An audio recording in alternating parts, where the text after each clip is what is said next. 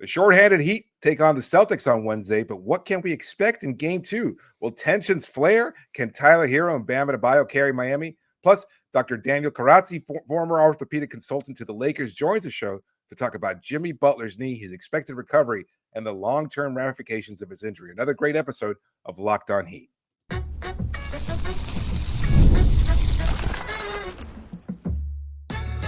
You are Locked On Heat, your daily Miami Heat podcast, part of the Locked On Podcast Network, your team every day.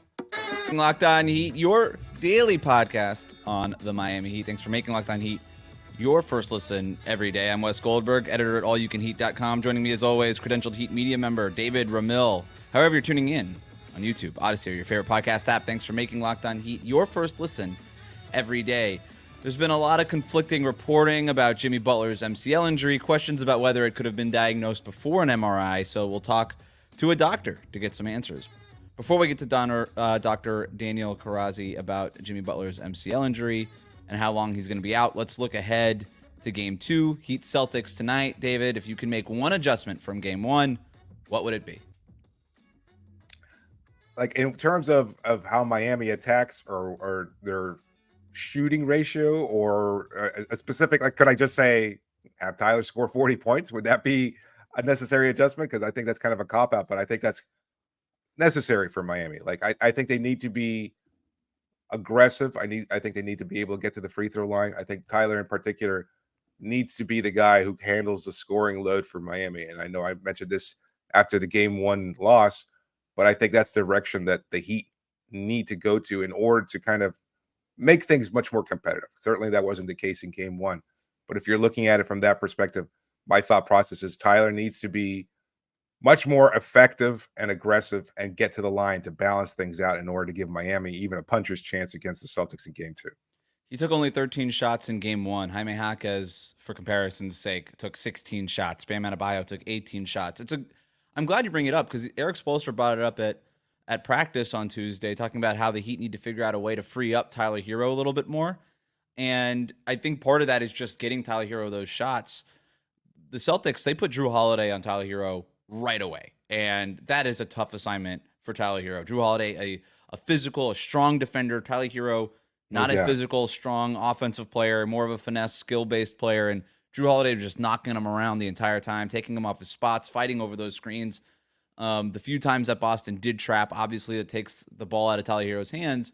So I do wonder if there's a way to get Tyler Hero off the ball a little bit more. The problem with that, obviously, is that Terry Rozier still out for this game. I don't know. You could start DeLon Wright. He's just not like, he's a point guard by name. Yeah. He's not really a playmaker by game, you know? And I don't know that that's the answer. Is it more Bam Adebayo dribble handoffs? Do we kind of flash back to what the bubble looked like more, instead of Bam being in the post facilitating from down low, doing more of the dribble handoff stuff? I agree with you. I think that then you have those big hard Bam Adebayo screens to maybe bump Jrue Holiday off the trail. So you do a little bit of that. Because I'm with you. I think Tyler Hero just needs to shoot more. Is it ideal? No, but these are not ideal circumstances for the Heat without Jimmy Butler and without Terry Rozier and with Duncan Robinson banged up the way that he is. Yeah, Hero's probably got to take more than 13 shots. I know that they limited his touches and everything else like that. And at the same time, like the shots that he did take, a lot of them were open and or makeable. Yeah, he's got to make these shots, man. You can't have a repeat of that or the Philadelphia game. It's got to be more like the Bulls game. Yeah, but that's the cadence. So, I mean, if there's a pattern to Tyler Hero, it's disappoint one game, make all your shots the next one. So maybe that's what we're looking at in Game 2.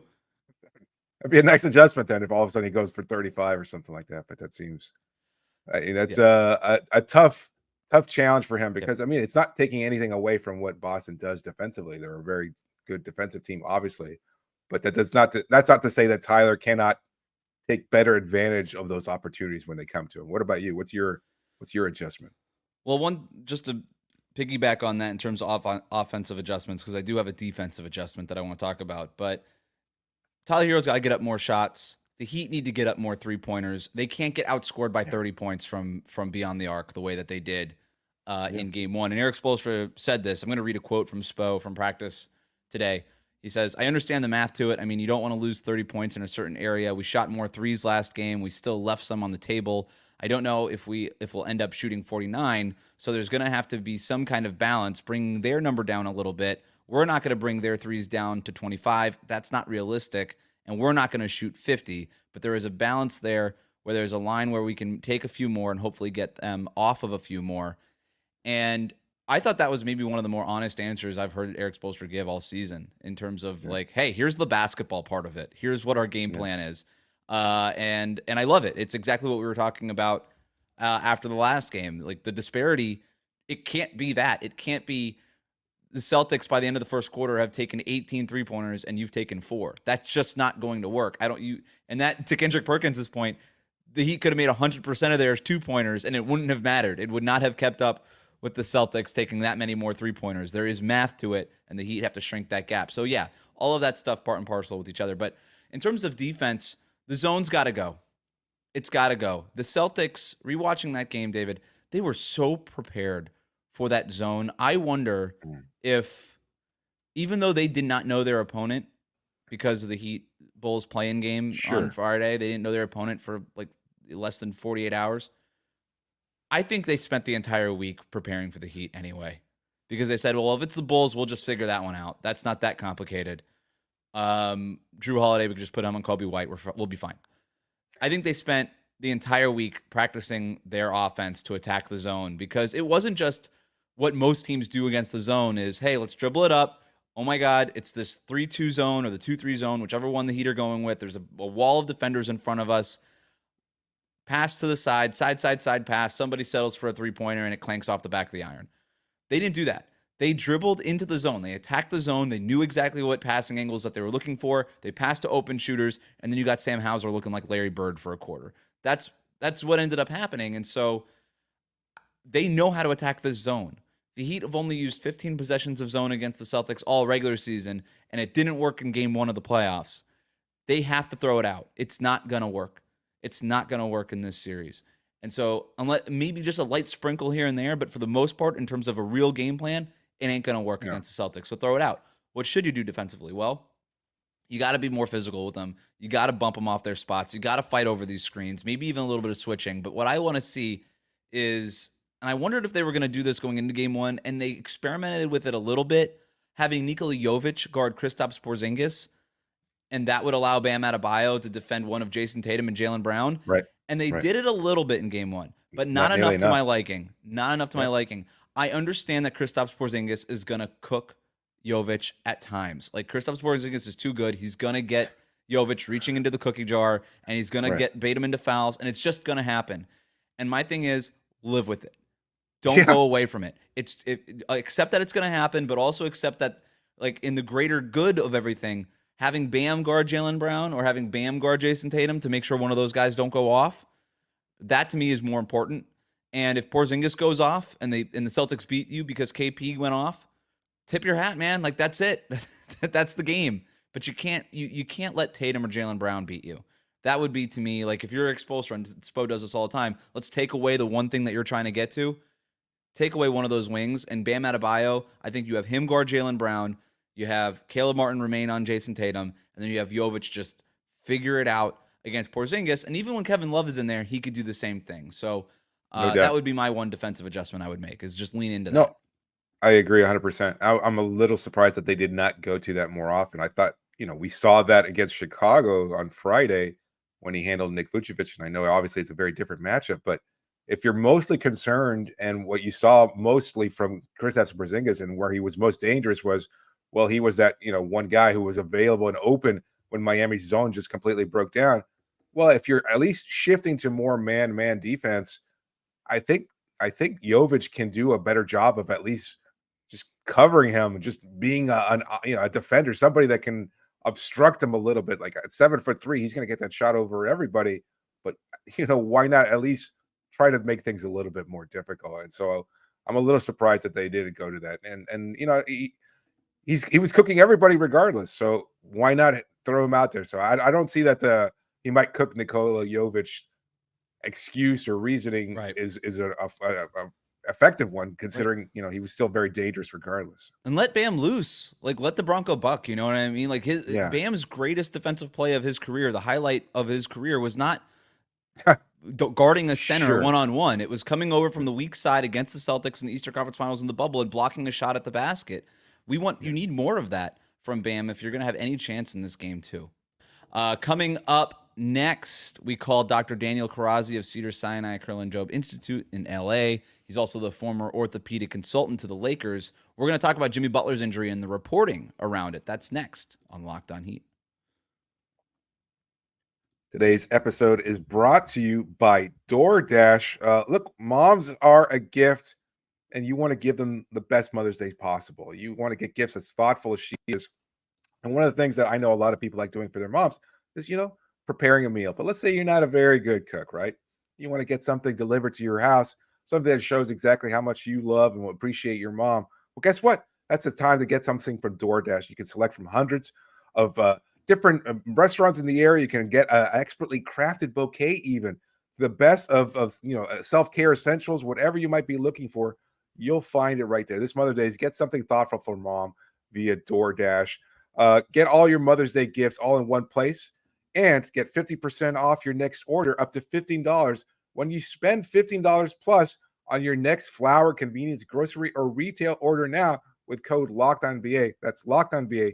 Order using DoorDash today. Terms do apply. Today's episode is also brought to you by our friends over at Monopoly Go. We've all been there, either as a player, as a fan. It's halftime and the scoreboard is not looking good. You're feeling low, not sure whether or not you or your team can pull out a win. That's when you dig deep, you lift your head up, and you say to yourself, time to get back in the game, pull off some bank heists, take as much of my friend's money as I possibly can. That's right. The smash hit mobile game Monopoly Go lets you compete with your friends to get the most riches and the biggest empire. It's a Monopoly you love, but on your phone, anytime with tons of new twists, including leaderboards to compare your progress to your buddies. And there's so much to do. You can play on countless dynamic Monopoly boards. You can make your friends bankrupt by smashing their landmarks with a wrecking ball, and you can charge other players rent for your iconic properties. You can even work with your friends to crack open community chests and in tournaments to get extra rewards and climb the leaderboard. So get back out there, put on your game face, and download Monopoly Go now, free on the App Store or Google Play. Well, thanks for taking a few minutes here. I really do appreciate it. So did you see the injury to Jimmy Butler, or did you see the video of it? I sure did. Kelly Oubre landed on him, and I was actually watching the game when it happened, so I sort of knew what the injury was immediately. You did, because that was sort of my first question. When you see Kelly Oubre fall on Jimmy Butler's right knee, goes up for that block, falls on Jimmy's knee, you thought, like, in that moment that looked like it could be the MCL? Yeah, so the thing you worry about, number one, is the MCL. You hope it's not the ACL, because that similar mechanism can cause an ACL injury. But almost undoubtedly, when you have what's called a valgus force, with your knee going inward, when Kelly Oubre landed more distally on his basically ankle region, that's a very common mechanism for injury of the MCL. Once again, the fortunate thing is that it did not involve his ACL. Obviously, the grade and stuff is determined by MRI studies subsequently, but you could, the way he was grabbing his knee, you could tell that he, at a minimum, injured his MCL. What exactly is the MCL, and what's like the difference between the MCL and the ACL? So the MCL is an external ligament, which is like a rubber band that goes from your thigh bone to the leg bone, and it's literally one of the important structures that gives stability to your knee medially. So on the inner side of the knee, like a rubber band that connects the knee together, the lower and the upper bone together. And when there's excessive pressure, that creates more valgus. Valgus means with your knee going inward, it can sprain or tear the MCL. Got it. And so when a pro athlete suffers an MCL sprain, what's usually the typical timeline for that kind of recovery process? So, yeah, pretty straightforward. So if it's a grade 1, a more minor MCL sprain, usually it's 1 to 2 weeks. A grade 2 is generally 2 to 3 weeks, and a grade 3 is 4 to 6 weeks. And from what I understand with the more recent updates, his injury was what they've termed severe, so I suspect it's a grade 3 sprain, and that would probably sideline him for anywhere from 4 to 6 weeks. How surprised are you that he played 30 minutes after having sprained the MCL? Like, what reason, what logic, like how could he have done that? Yeah, I mean, I've taken care of pro athletes for 20 plus years. One thing you realize is that sometimes they're superhuman, and the things that normal people can't do, they can. So I'm sure he was in pain. I'm sure he had some sort of reservation about jumping and pivoting and twisting, but somehow he was able to do it for those periods to be able to continue to, play at his level. I'm not surprised that he did it, just because, I know he's a big competitor, and once again, a pro athlete, that they just function differently than normal people. But long term, that's not an ongoing and sort of sustainable way to treat it, because obviously it has to heal, and the more sort of force there is on it and pivoting and twisting, it creates more inflammation and pain.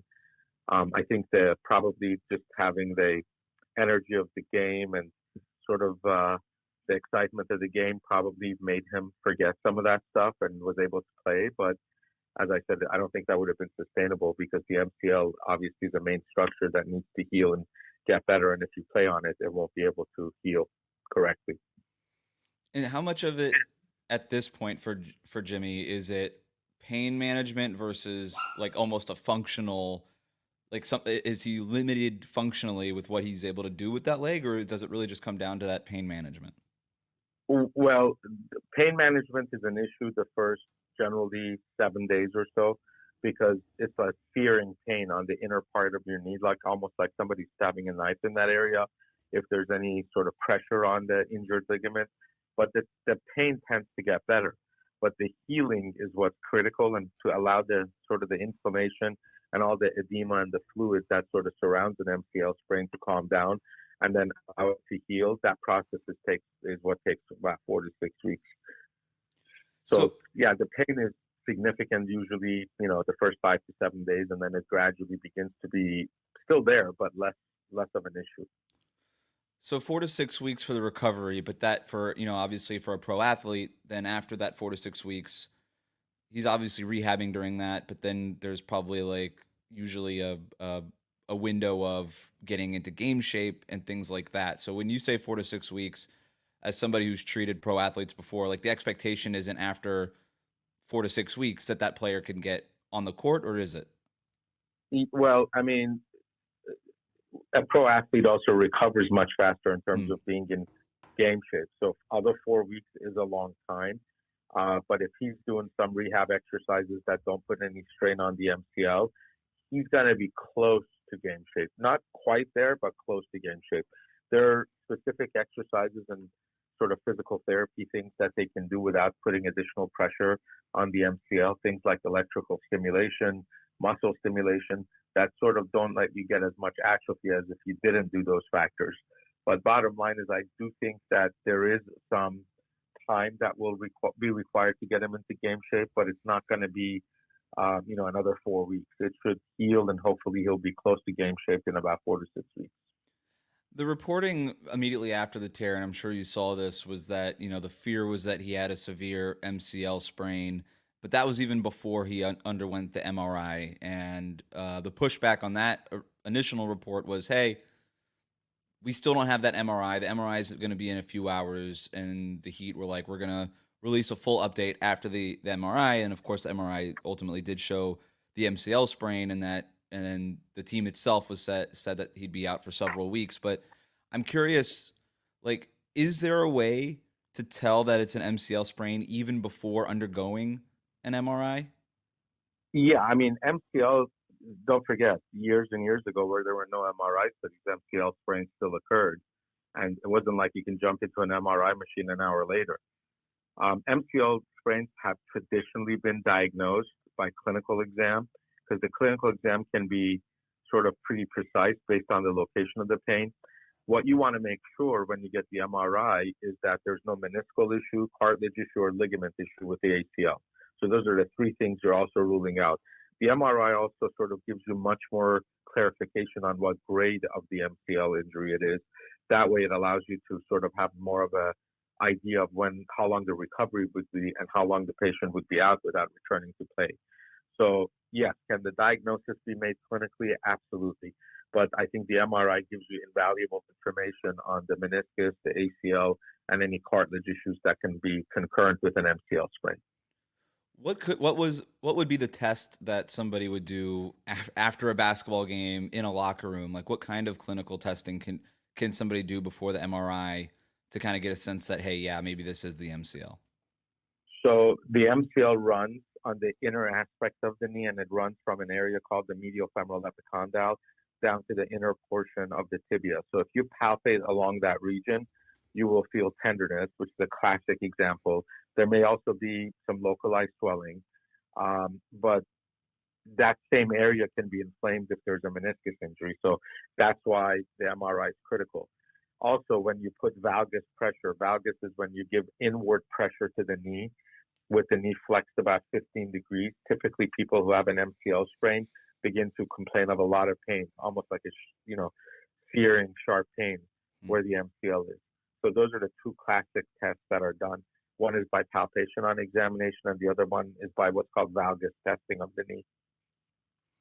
So what does Jimmy Butler's rehab look like now? Sort of like, what are the steps? What are the phases? What do you think he'd probably be capable of doing right now, and just sort of what happens next?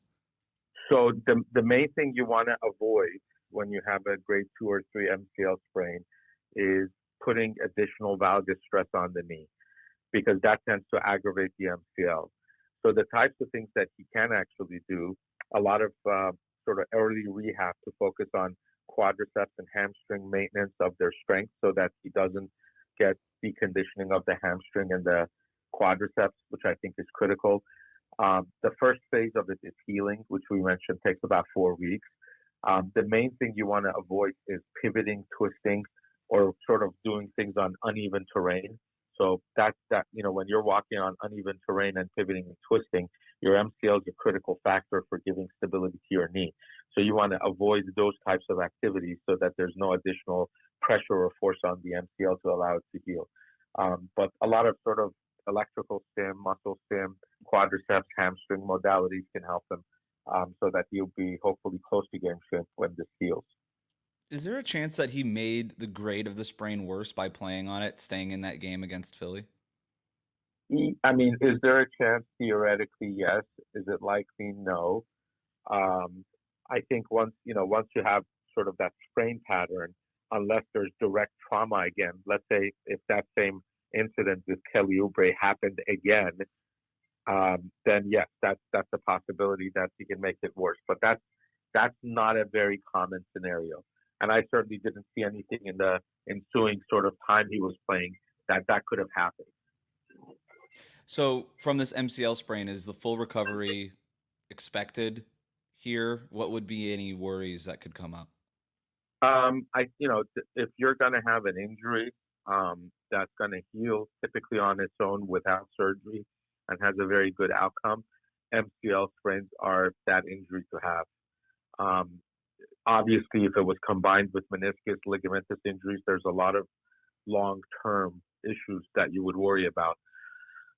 But once again, if it's an isolated MCL, even a grade 2 or 3, it has a very good prognosis that he should be up and running. Obviously, this is an inconvenient time because of the playoffs, but this is actually a reasonable injury to have because there tends to be very good prognosis with it healing.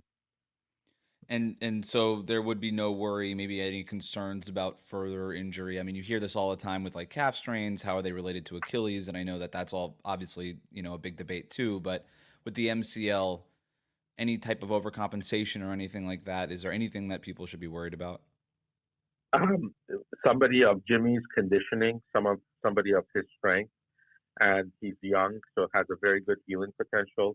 I think my worries about additional stuff in the future is extremely low.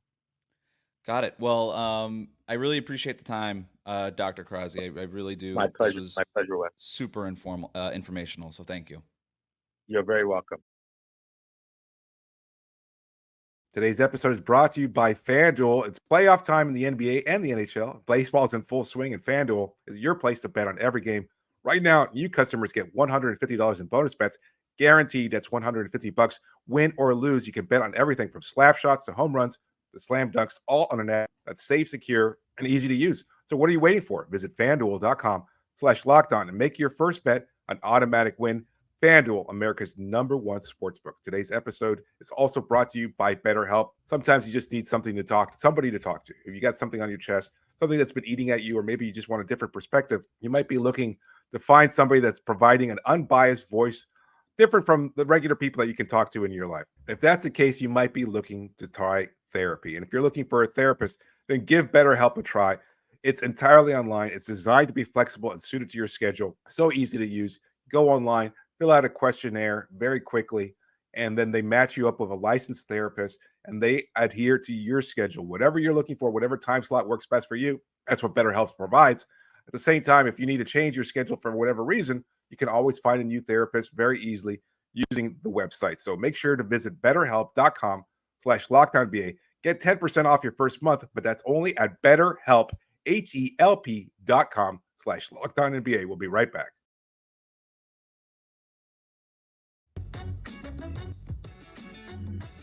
Thanks for making Locked On Heat your first listen every day. Make sure you're subscribed on YouTube and on your favorite podcast app. All right, so we just got done talking with our doctor about the Jimmy Butler injury, the reporting around it. David, what was your takeaway from that interview? I think that there was a lot of, I'm not sure if optimism is the right word, but I think in terms of his eventual recovery, that there won't be any kind of long-lasting impact. I think that was, something we talked about in terms of, with the contract looming and everything else like that, his age, certainly. Is there going to be anything additionally from this particular injury that might hinder Jimmy Butler's efficiency over the last couple of years of his career? And I think Dr. Kharrazi made it pretty clear that that was not the case. And so I don't know. I tend to see that as a positive. What about you? Yeah, the outlook was definitely positive, and I trust him to know better than anybody else. And that's why, I wanted to call him and ask, because there was just so much confusion around all of this. And I did find it interesting.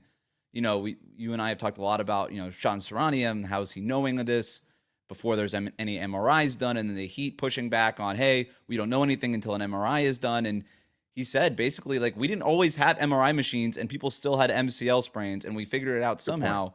And so I thought that part, just from a reporting perspective, was really interesting. That, you know what? Probably within minutes of the game, they knew it was an MCL sprain. Now, they didn't know if it was a grade 1, 2, or 3, but based on Jimmy Butler's pain tolerance or just what level of pain he was reporting, they probably had a pretty good idea of what it was going to be.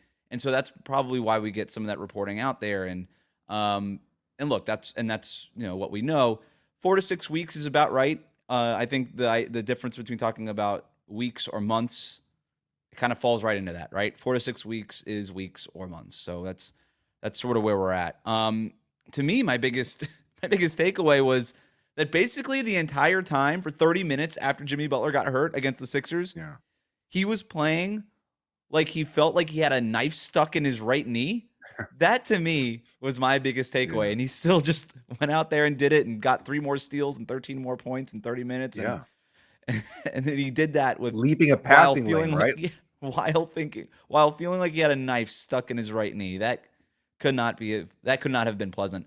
Before we leave today, some news and notes. I want to share this with everybody listening. This is Goran Dragic on the OG show with Udonis Haslem and Mike Miller, talking about his exit interview with Pat Riley after his first season. As you remember, Miami traded 2 first-round picks for him in the middle of the 2014-15 season. And so this is what Riley said to him when the year was over. I got traded during the middle of the season, and I don't remember really well that, I didn't play well at the beginning. I was struggling, new system, new teammates. Yeah. And I remember off-season, after the season, Pat called me in his office. And I sit down, and he looked dead into my eyes, and he's like, "Son, you need to be better. We didn't pay you for this." Damn. So I was like that, bro. I'm serious. So I was like, "God damn, I just got here." He was like, No, I want you to think about this the whole summer, And I literally had this in my mind every practice. Pat's a gangster. That is why Pat's a gangster. Every time we hear more Pat Riley stories, they just reaffirm the belief that he is a gangster. And David, what did you think about that? I mean, just he wasn't wrong. Incredible. Yeah. No, no. I mean, I remember that acquisition and what we saw from Goran. Like he had just been coming off that third team All NBA year with Phoenix, where Yep. they had exceeded expectations, and he was a big part of that. And then he came to Miami. Unfortunately, obviously, just before the acquisition, Chris Bosh was lost due to injury, which would wind up affecting him for the rest of his career. And Goran had a very hard time adjusting to playing alongside Dwayne Wade. Like Dwayne wanted the ball in his hands, having just given up that role to play alongside LeBron James. And so it was a little bit of give and take there between Goran and Dwayne. It didn't work very well at first. Eventually, it got to that point. The next season, I think they played very well together alongside, but of course, that was only for one more year. And then at that point, Dwayne would wind up leaving to Chicago. Not that Heat fans need any reminding of that. But you and I were talking about this before the show. And interestingly enough, if Goran's telling the story accurately, and I have no reason to doubt that he would be, the interesting thing about all this is that he was entering free agency that summer. Right. And Pat Riley still basically says, hey, look, we traded 2 picks for you and you kind of sucked and you need to be better. But if you want to come back and get paid, you just need sign on the dotted line. We'd love to have you. We believe in you still, but you did kind of suck, just so you know. Yeah, we want you here. Make no mistake, but you got to be way better than what you were for those couple months because you weren't any good then. We need you to be better now. And then, of course, you go. Right? It's not exactly laying the rings out on the table for you. Not exactly. No. If Pat Riley had to give that message to anybody on the roster currently, who would it be? Oh boy, I think it's Tyler. Right? I mean, I think that kind of lines that same way from my perspective. Is I guess the expectations for Bam is there, so he's not entirely off the hook.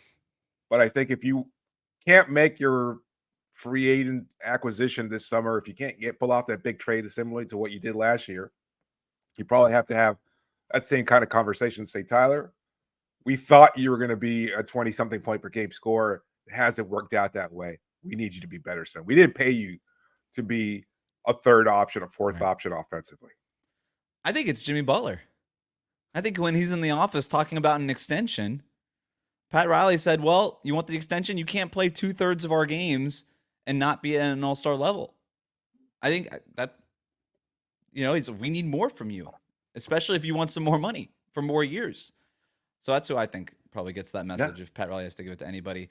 Moving on here, Eric Spoelstra, we're trying to tie a knot here on the Caleb Martin versus Jason Tatum / Code Red whole situation.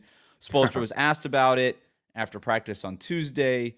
He said the league doesn't need to look into anything more on either side, put extra eyes on it. This is just tough, competitive basketball. David, do you buy it? Yeah, I do buy it. I think that's from his perspective. He doesn't seem to think that, Miami certainly didn't do anything wrong. I just think that now that puts Miami in a really difficult place because they have to walk a much more fine line in terms of being physical, playing their style of basketball, creating an opportunity to beat Boston just by dragging things into the mud, which is the style that they like to play. And it's been working for them for the past 5 years. And so now all of a sudden there's this concern that tempers might flare. I can just imagine an early foul, not necessarily a retaliatory one, but maybe there's a hard foul early in the first quarter. Players have to get separated. And next thing you know, there's this kind of tension from the officials, whether or not they have to start calling things a little bit more closely. And I think that kind of ties yet another hand behind Miami's back because they can't play the style of basketball that they're so used to. Yeah, you really hope that I love the way that the officials have been calling all the playoff series so far. It's just much more physical, a lot more stuff allowed. And I don't think that anything that we saw in game 1 between the Heat and the Celtics justifies any amount of, hey, we actually need to start watching these guys a little bit more closely, other than just the rivalry that already exists. And for the record, I thought the officials did a really nice job handling the Tatum, Caleb Martin, Jaylen Brown whole scuffle. If we can even call it a scuffle, it barely got to the level of a scuffle, and that's in part because I think all the players realized what it was. The only person who does not seem to understand what actually happened is Brian Scalabrine, and the officials just kind of got in the way and said, let's keep it moving. Tatum, go shoot your free throws. Let's end this game. So, maybe the Heat, you're right. They need to make this thing more physical. There needs to just be a degree of that, but that was always the case for the Heat anyway. That was the case last year in the Eastern Conference Finals. If you go by paper, the Celtics have always had more talent than the Heat during this whole run. And the Heat have either won or forced series to Game 7 because they're more physical, they're mentally tougher, and all those things. And I think the Celtics, although they are talking about being mentally tougher, they still have to show that they're mentally tougher. And I think that that's not just people in Miami talking. I think that's the entirety of the basketball world saying, okay, you have no excuse. You have the best roster, you have the best record, and you're the healthiest. And Joel Embiid can't stand up straight for more than 5 minutes, and Jimmy Butler's out, and Giannis is out, and there's no excuse for you to get there. So maybe it never gets to the point where they even need to prove their mental toughness until they get to the NBA Finals. But we'll see I'm interested to see how both of these teams come out in Game 2. I tend to think that this is going to be a non-story and a non-factor, and I think as soon as that ball goes up in the air, I think we're just going to move it along. I don't think either of these teams want the stench of whether or not this series is dirty or not. I think they just want to go out and play basketball. I mean, I tend to think of it not. I don't think Miami players certainly want that, but you have a large congregation of Boston fans and media thinking that not just Caleb, but that Bam Adebayo is dirty. And then similarly, you have Jaylen Brown kind of saying, no, we got to stand up for each other. Like, to me, maybe it's just the way it's worded, but it sounds almost like he has an agenda, like he has something to prove. And that kind of makes him a little bit more dangerous in that sense. It's because, you never know if he's gonna do something like what happened with Duncan Robinson earlier this regular season. Like, that just to show that you can't punk us, I'm gonna go out of my way to punk you. I don't know. That's the only reason that would happen is if all this Scalabrini and noise on social media and whether or not it was dirty seeped into their minds, which is entirely possible. Because I don't believe that they thought after the initial scuffle that this series was any more physical than it ever has been. But we'll see. All right, that'll do it for us today. Thanks for making Locked On Heat your first listen every day. Hit that subscribe button on YouTube and follow us on your podcast app.